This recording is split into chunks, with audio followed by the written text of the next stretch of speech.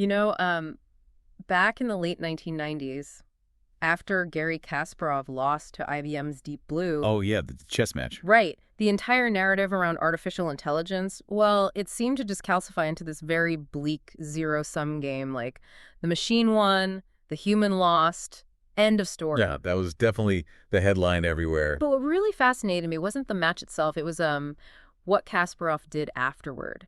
Because he didn't just walk away from chess No. Oh, or, declare the human mind completely obsolete. He actually helped invent something called centaur chess. right, which is just a fascinating concept. It really is. So in a centaur tournament, a human player teams up with a computer program, and together they play against other human machine teams. Mhm.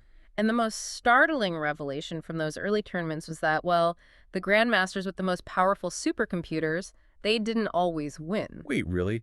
You'd think the biggest computer would just crush everyone. Exactly. But the winners were often just like average amateur players with average computers. But they had mastered the interface. They mastered the division of labor. I see. They knew exactly when to trust the machine's brute force calculation and, crucially, exactly when to step in and rely on their own human intuition, their strategic foresight. Right, so it became this exercise in cognitive allocation rather than just sheer computational dominance. Exactly. Like, the human wasn't trying to outcalculate the machine, and the machine definitely wasn't trying to understand the overarching psychology of the opponent. Yeah, and we are seeing that exact same paradigm shift playing out right now across, well, pretty much every knowledge-based Oh, industry. absolutely. It's everywhere. Which brings us to our deep dive for today. We have a single source to unpack, and it's a remarkably dense presentation slide. It's titled AI Review versus Human Review. It is a very packed slide, yeah. Yeah, it really is. And the mission for our deep dive today is to dissect this modern division of labor. Because we don't just want to look at the theoretical boundary between artificial intelligence and human intellect, right? Right. We want to be practical. Exactly. We wanted to extract a highly practical framework. We're going to break down how to actually separate these workflows so that you, the listener, can walk away with concrete examples, like immediate implementation steps for your own daily operations. And I think the subtitle of this document really operates as the central thesis for this entire paradigm. Oh, definitely. Read it for us. Yeah, so it states, we need both. AI catches things tired engineers miss. Humans have context, AI doesn't. The goal, minimize the cost of human review. And that final phrase, that is the lens through which we need to analyze everything else today. Minimizing the cost of human review isn't about eliminating the human. Right. It is about preserving human cognitive capital for the task that actually require it. Yeah, and I look at that phrase, minimize the cost of human review, and it strikes me that cost here isn't just financial. No, not at all. Like, we're talking about the biological cost, the time cost, the opportunity cost. Absolutely. If you have this brilliant senior architect and they are spending 4 hours hunting for a missing semicolon, The worst. right, or checking if a variable name follows the company style guide, I mean, that is an exorbitant misallocation of resources.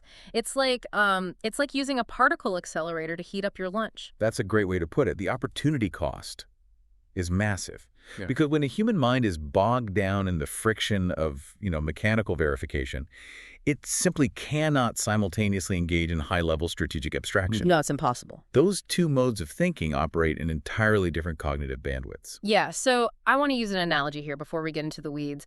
I compare this whole setup to a high-end restaurant kitchen. Okay, I like that. So the AI is the tireless sous chef, right? It's perfectly dicing 10,000 onions. It's minimizing the cost and the time, while the human is the head chef. The human is tasting the sauce to ensure it actually pairs well with the fish. They have the context of the whole meal. I love that. The sous chef doesn't know what the menu is. They just know how to chop perfectly. Exactly. So let's get into the mechanics of how the source separates these two domains, starting with the territory of the machine, the sous chef. Right, the left side of the slide. Right.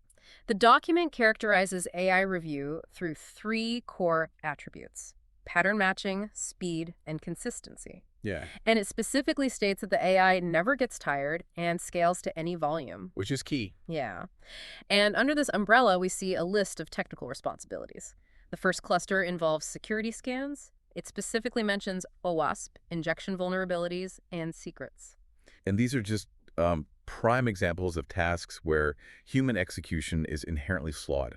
And it's just due to our biology. Okay, break that down for us. What is OWASP, first of all, for anyone who isn't familiar? Sure. So OWASP stands for the Open Worldwide Application Security Project. It's basically this evolving consensus of the most critical security risks to web applications. Got it. Like a master list of bad things. Exactly. And every competent engineer knows what the OWASP's top 10 is. Right. We have known about these specific vulnerabilities for decades, Right. yet they consistently appear in modern code bases, like all the time. Wait, if everyone knows about them, why do they keep happening? Well, that's the thing. It's not a lack of education. It's a failure of execution at scale.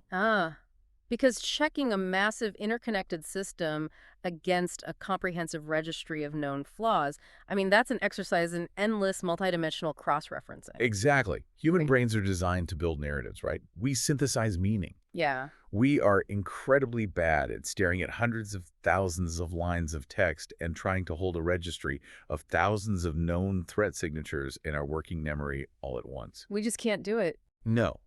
And that leads directly to the concept of injection attacks, which the document specifically flags for AI review. Yeah, I saw that. Injection vulnerabilities. What does that actually look like in practice? So an injection happens when an application takes untrusted user data, like from a text box on a website, and sends it to an interpreter as part of a command or query. Okay, so like someone typing into a login box. Yeah, but instead of typing their name, they type a snippet of code. Yeah. And the system conflates the data with the instruction. It executes the code instead of just reading the name. Oh, wow. Yeah. And a human reviewing the code might look at that data input field and see the intended logic.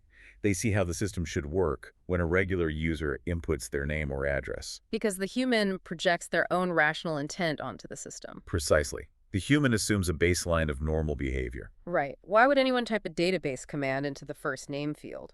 Exactly. Yeah. But the AI doesn't assume anything. It doesn't have a concept of normal human behavior. Yeah. It just maps the data flow mathematically to prove whether an input boundary can be breached. That makes so much sense. It's just math to the machine. Pure math.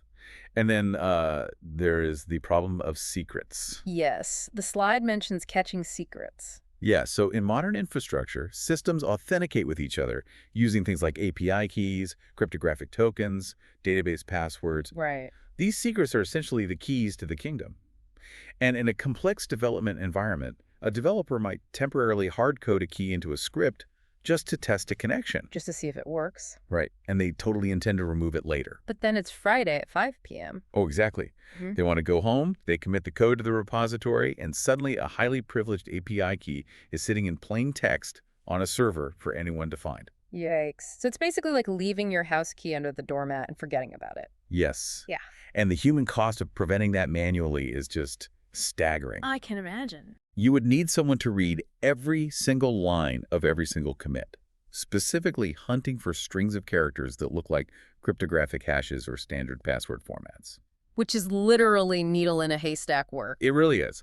But an AI pattern matching engine, it can scan millions of lines of code in milliseconds. Yeah. It identifies the entropy patterns characteristic of a cryptographic key, and it just blocks the commit before the secret ever leaves the developer's machine. Wow. It handles the mechanical check at machine speed. Okay, so that brings up the next set of responsibilities the document assigns to the AI column, bug detection. And it specifically lists logic errors, null references, and race conditions. And I actually want to push back on the premise here a little bit. Okay, let's hear it. Or at least challenge how we're defining these terms, because a null reference error, which is, where a program attempts to use data that just isn't there, that feels like a simple oversight. Yeah, fairly mechanical. But logic errors and race conditions, those are notoriously complex. They are. Like, a race condition happens when the behavior of a software system depends on the relative timing of events, right? Like two digital events happening out of order. Exactly. Two concurrent threads accessing shared data. Right.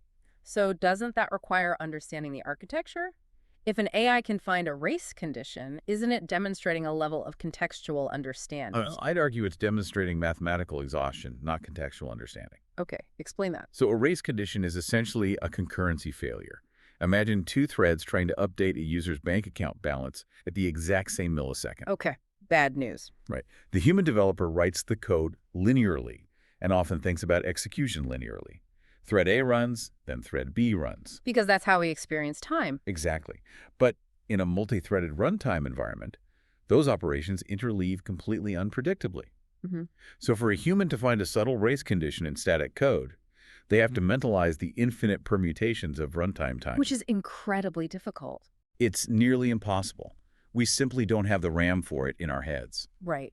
Our working memory can only hold so many variables at once. We can't simulate a chaotic runtime environment in our brains. But an AI, or an advanced static analysis tool, it isn't understanding the code in a human sense. Okay. It's constructing a massive control flow graph. It's calculating whether a mathematical path exists where two threads can modify a shared resource without the proper locking mechanisms. Oh, It's treating the code as a mathematical proof. It's just pure pattern matching applied to concurrency models. so the AI verifies the topological integrity of the logic, but it doesn't actually know what the logic is trying to achieve in the real world. Exactly, and that distinction is vital. The AI can guarantee that the sequence of events won't crash the system, but it has no idea if that sequence of events actually serves the user. Wow. Okay, that perfectly sets up the final responsibility listed under AI review. Style guide adherence. Oh yes, the style guide. I have to admit, I almost laughed when I saw this included next to severe security vulnerabilities like injection attacks. Right. It seems so minor. But in terms of daily operational friction, stylistic consistency is a massive drain on human energy. Oh, absolutely. Anyone who has ever participated in a code review or even just like a collaborative writing process on a legal document or a marketing proposal, Yes.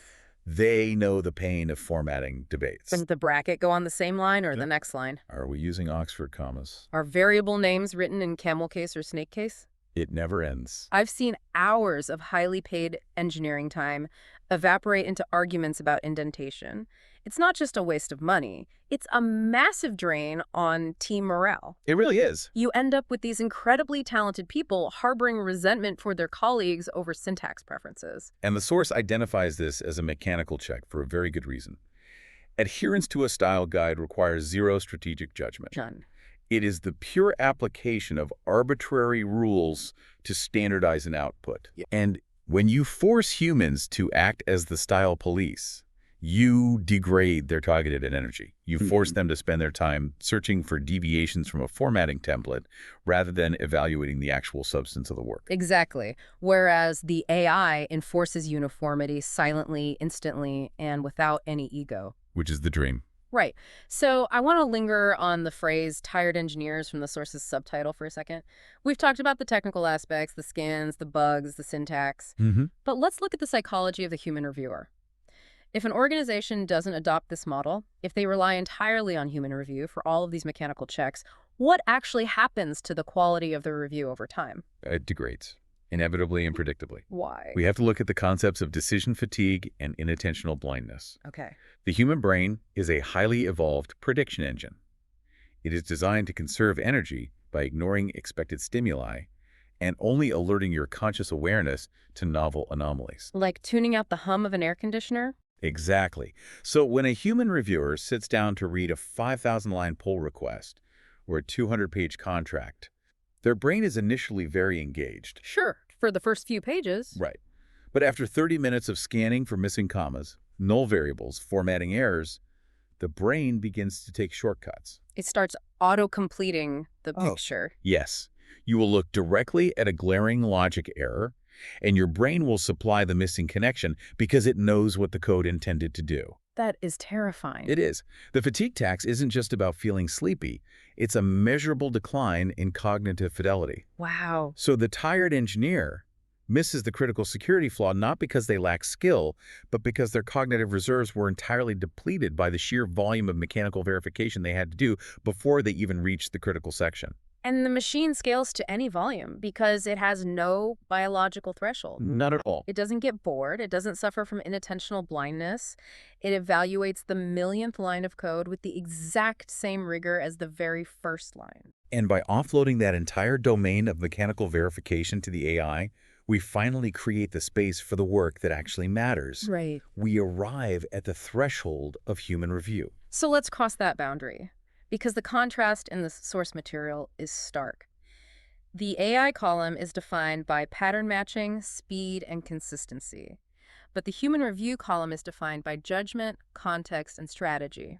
And structurally, I noticed something really interesting. Every single item listed under the machine's domain is a task or a statement. Yes. Do the scan, find the bug, fix the style. But every single item under the human domain is a question. I think that structural shift is the most profound insight in the document. Really? Yeah. The shift from execution to inquiry. Mm. The machine provides the answers to known parameters, Right. but the human must ask the questions about unknown variables. I love that. So I want to dissect every single one of these human questions because this is where you, the listener, need to focus your energy. Let's do it. The first question the human must ask is, does this solve the business problem? Now, this implies a massive disconnect between technical perfection and actual utility. It's a classic trap of the engineering mindset, isn't it? Oh, totally. You can build an application that passes every single OWASP security scan, has 0 null references, 0 race conditions, adheres perfectly to the style guide, and executes at blinding speed. A masterpiece of code. Right. And the AI will look at that and give it a perfect score. Mm-hmm. But the application might be a solution to a problem that the market doesn't even have. Right. Or it might solve the problem in a way that violates a core business constraint. Like maybe the cost per user is way too high, or it breaks regulatory compliance in a specific region. Because the AI operates in a closed system. Exactly. It only knows the parameters of the code or the document it has been fed. It evaluates the internal consistency of the artifact. But the human operates in an open system. Which is what we call context. Yeah. The human knows that the primary competitor just dropped their pricing by 20%. Yes. The human knows that the marketing team doesn't have the budget to acquire users for this specific feature. Or, the human knows that the client who requested this feature is historically terrible at actually articulating what they want. That is the essence of context. Context is the sum of invisible constraints that surround a project. Invisible to the AI, you mean? Right. AI cannot read the room. No. It cannot sit in a board meeting and sense the hesitation of the chief financial officer. It cannot anticipate a shifting geopolitical landscape that might suddenly disrupt a supply chain application. Wow. So to determine if something solves the business problem, you have to understand business, not just the technology. Which leads perfectly into the second human question. Is this the right architecture? Mm-hmm. Now, when I hear architecture, I instantly think of scale and longevity. So how does a human evaluate architecture differently than an AI evaluating, say, code logic? Mm-hmm. Well, think about the difference between a load-bearing wall and the paint on that wall. Okay. The AI can verify that the paint is applied perfectly. Mm. No streaks, no cracks in the drywall. Sure. But the architecture is the foundational decision of whether that wall should even exist in the first place and what kind of weight it needs to support 5 years from now. Oh. So if you were building a data processing pipeline, the code might work flawlessly for 100 users. AI gives it a thumbs up. Right. But what if the business plan projects 1 million users in year 2? Right. The AI evaluates the system against its current state, but the human evaluates the system against its future ambition. Exactly. And architectural decisions are often irreversible, or at least incredibly expensive to reverse. Oh, yeah. Like trying to move that load-bearing wall after the house is built. Yes.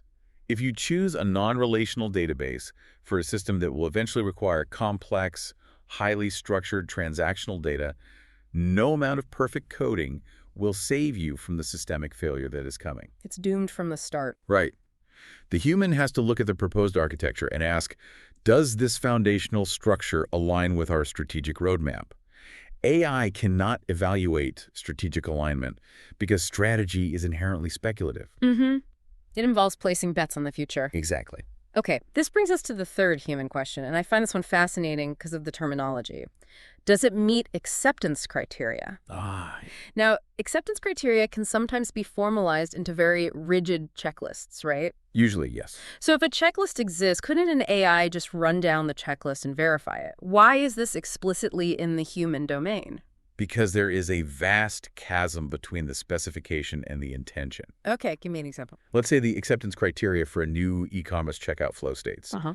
User must be able to complete purchase in under 3 clicks. Sounds measurable. Very. An AI can run a simulation, verify that the purchase takes exactly 2 clicks, and mark the criteria as met. Right. Perfect. But the human reviewer looks at those 2 clicks and realizes the user experience is incredibly jarring. Perhaps the design aggressively forces the user into a subscription model without clear consent. Or maybe the interface is just deeply unintuitive, despite technically meeting the click requirement. So the AI measures the metric, but the human measures the meaning. Yes. The letter of the law versus the spirit of the law. I love that. Acceptance criteria are often just proxies for human satisfaction, aren't they? They absolutely are. We write down 3 clicks because we actually mean we want the user to feel frictionless and delighted. And an AI cannot evaluate delight. No, it cannot evaluate friction in the psychological sense. It can only evaluate the proxy metric. The human must step in and say, yes, technically this meets the written criteria, but it completely fails the actual objective. We have to verify that the translation from human desire to technical specification wasn't lost in transit. Perfectly said. Okay, let's look at the fourth question. This one is entirely about temporal awareness. Will this cause problems in 3 months? This is the human capacity for foresight. And it touches on something that plagues literally every development team. Technical debt. Oh, technical debt. The quiet killer of innovation. It really is. Yeah. It happens when a team takes a shortcut to meet a deadline. Which happens all the time. Right. They implement a solution that works today, but it relies on, say, deprecated libraries, or it bypasses standard security protocols, or it creates a brittle integration between 2 systems. But the code functions today. Yes. The automated tests all pass. The AI gives it a green light. But the human reviewer looks at it and sees a ticking time bomb. Because the human knows the cadence of the organization. Right. The human knows that in 3 months there is a massive platform migration planned.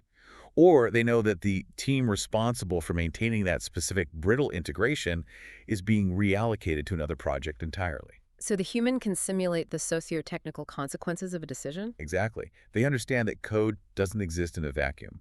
It exists in a living ecosystem of developers, schedules, and corporate priorities. So if the AI is trapped in the present tense of the document, the human is the time traveler. I like that. The AI says, this compiles today, but the human says, this will bankrupt our maintenance budget by Q3. And that leads to the ultimate application of context. Yeah. The final, and I think a most profound question on the slide, should we even build this? Yeah, that is a staggering question to include in a review process. It really is. Because by the time something reaches the review stage, someone has already spent hours, maybe weeks, writing the code or drafting the proposal. Tons of sunk costs. Exactly. So to ask, should we even build this? At that point, it implies a willingness to throw it all away.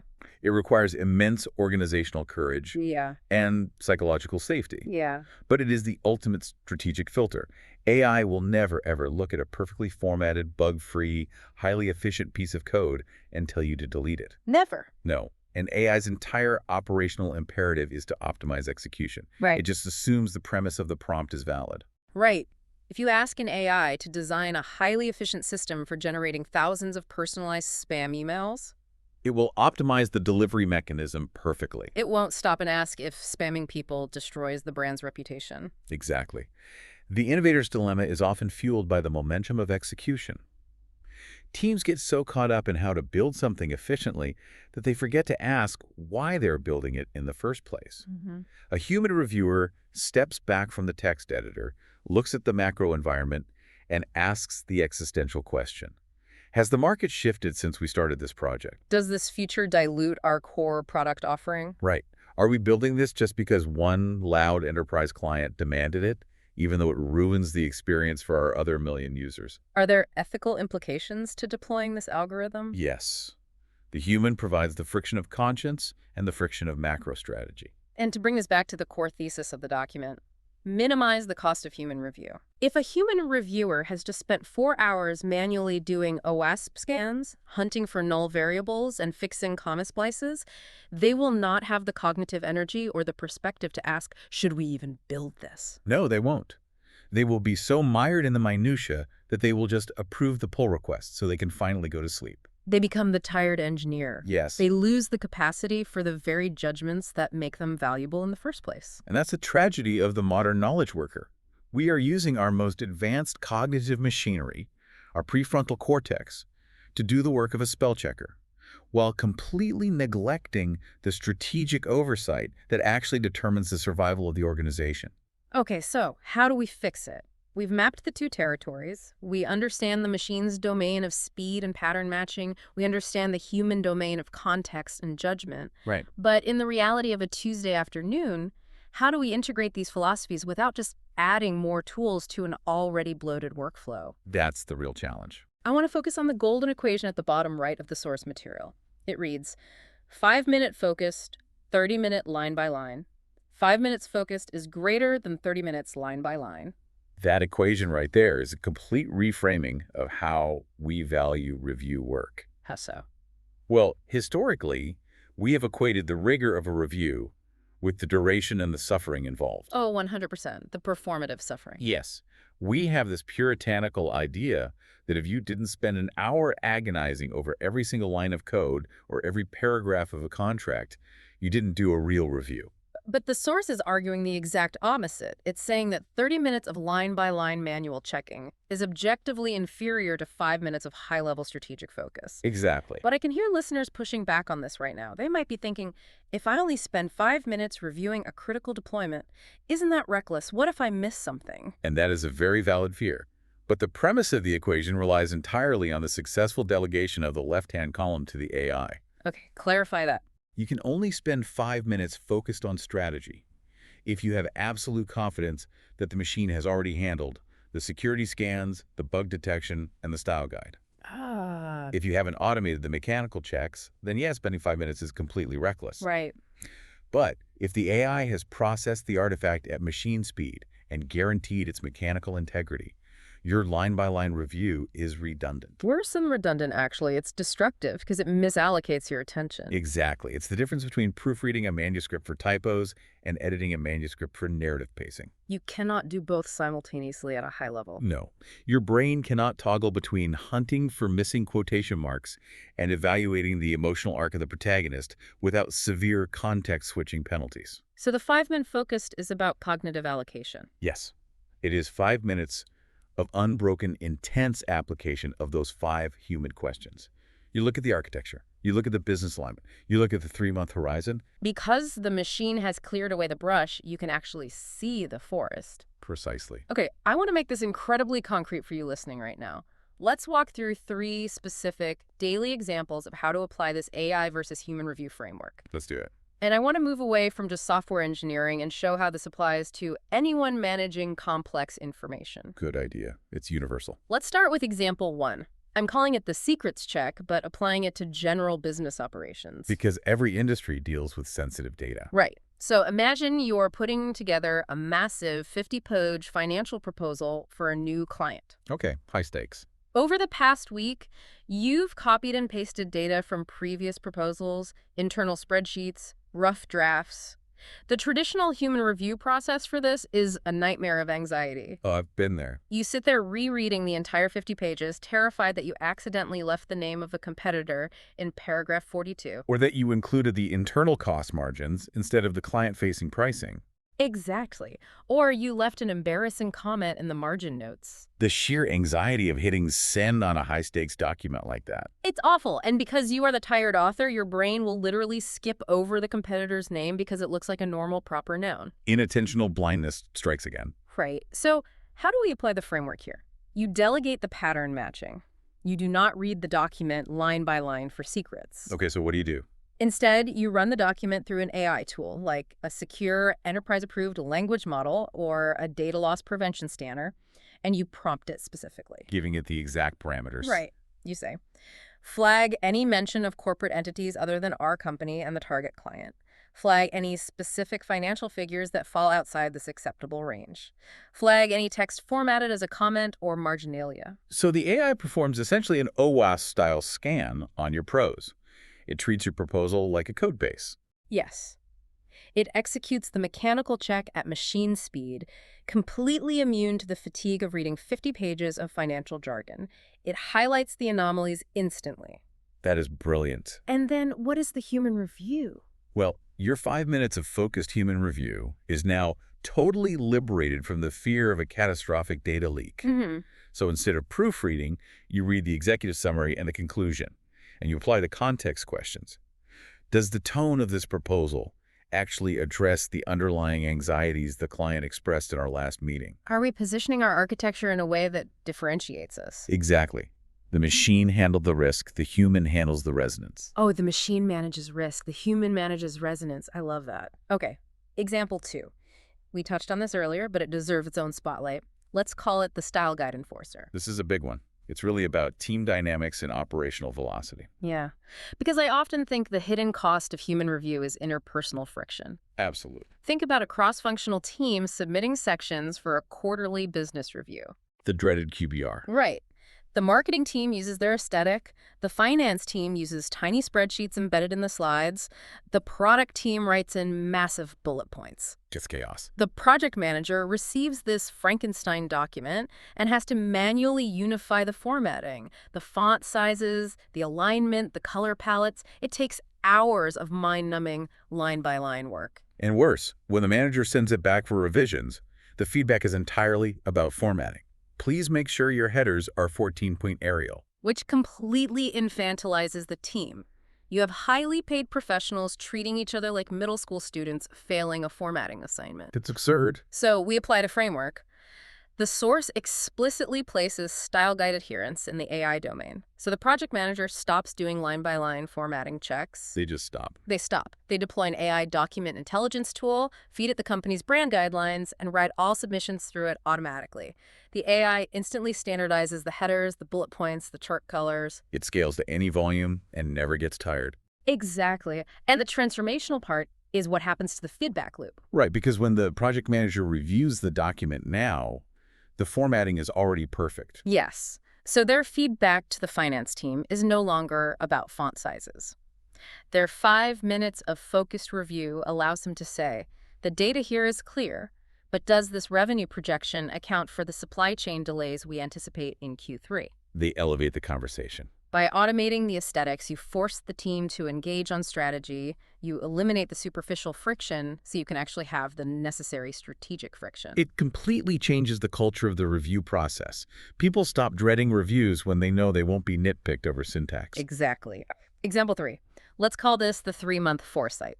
This is a mindset shift for the individual contributor who is asked to review a peer's work. Could be a marketing campaign, a product roadmap, or a piece of code. Right. Because the default behavior when reviewing peer work is to look for easily identifiable errors just to prove that you actually read it. Yes, the performative review. You want to show you added value, so you point out a typo on slide 12, or you suggest a slightly different phrasing in the second paragraph.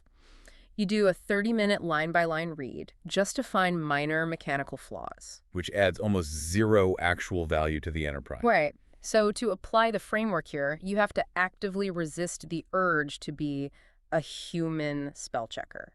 You must assume that the automated tools, the linters, the grammar checkers, the automated test suites have already run. You refuse to operate in the left-hand column. Instead, you choose one of the big human questions from the source material to be your primary lens for the review. Let's use, will this cause problems in 3 months? You weaponize your context. Exactly. You look at the proposed marketing campaign, and instead of correcting the copy, you spend 5 focused minutes thinking about the collateral impacts. Simulating the future state. Right. You reply to your colleague and say, the messaging is strong for the summer launch, but I know the product team is deprecating the legacy dashboard in September. Will this campaign drive users to a feature that is going away in 3 months? We might be setting up a massive customer service nightmare. That kind of feedback is invaluable. It is the literal definition of strategic foresight. You are simulating the future state of the organization based on invisible contextual knowledge that no AI possesses. And doing that takes 5 minutes of deep thought, not 30 minutes of scanning text. You are training yourself to operate exclusively at the strategic layer. That's powerful. So we have the theory, we have the examples. Now we need the execution plan. We want to outline 3 concrete steps for immediate implementation. Let's give them the steps. How do you take this source material and permanently change your workflow starting today? Step 1 is the audit.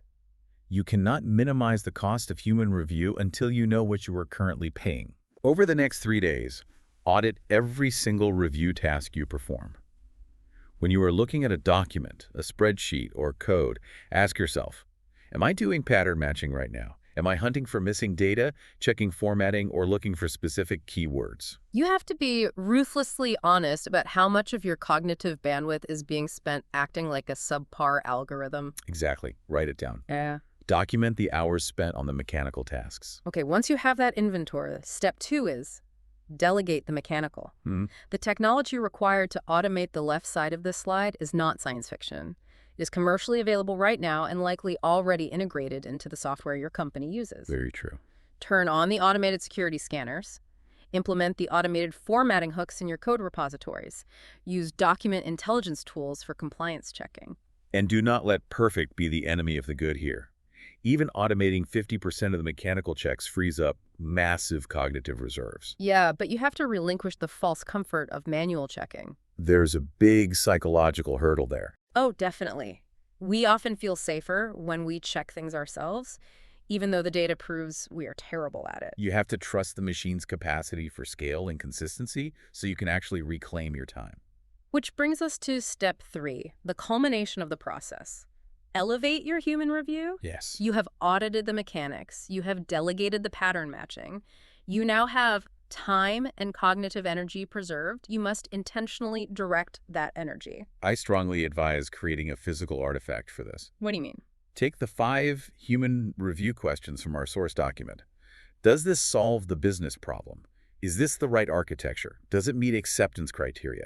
Will this cause problems in 3 months? Should we even build this? Print them out in a large font, put them on a sticky note, and attach it right to the bezel of your monitor. Make it impossible to ignore. Exactly.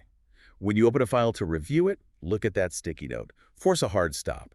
Remind yourself that you are no longer a line-by-line editor, you are a strategic filter. Right. Choose 1 or 2 of those questions that are most relevant to the project and evaluate the work strictly through that lens. And if you find yourself slipping back into checking punctuation or variable names, Sound stuck.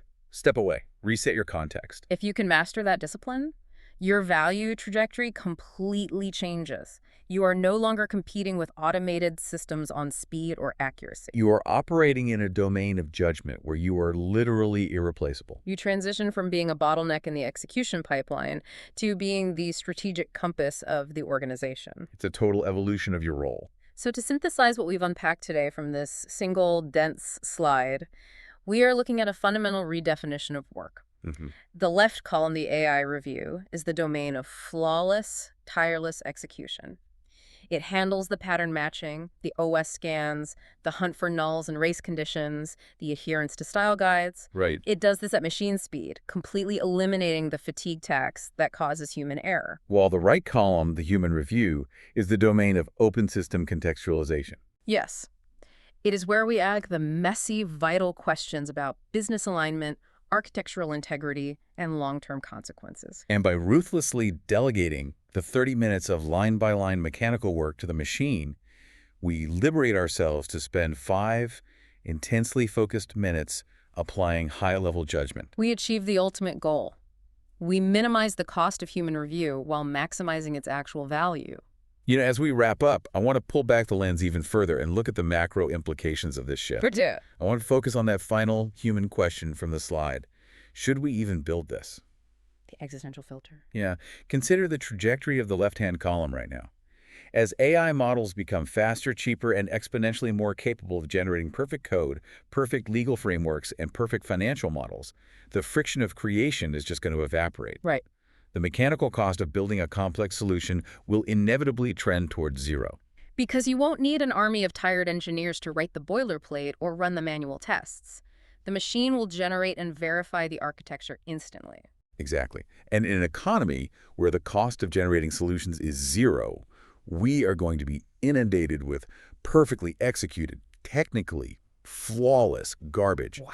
We'll have millions of apps, features, and systems that work perfectly, but serve no actual human need. That's a profound thought. In a world of infinite execution, the ability to build is no longer a differentiator. The only scarce resource, the only thing that will separate signal from noise, is the contextual judgment to determine what deserves to exist. When you can build anything instantly, the only question that matters is why you are building it. So, the provocative thought I want to leave you with today is this. Look at your daily habits, your skills, and where you invest your learning. Are you spending your career optimizing your ability to execute mechanical tasks faster? Because if you are racing against a machine that never gets tired. You will lose that race. You will. Or are you actively cultivating the deep contextual knowledge, the business acumen, and the strategic foresight required to look at a perfectly viable project and have the courage to say, no, we shouldn't build this? That is the ultimate value of the human mind right there. We didn't invent machines to do our thinking for us. We invented machines to handle the mechanics, so we finally have the time to think. Exactly. Thank you for joining us on this deep dive. Take those 5 focused minutes today, step out of the mechanical loop, and start asking the big questions. We'll see you next time.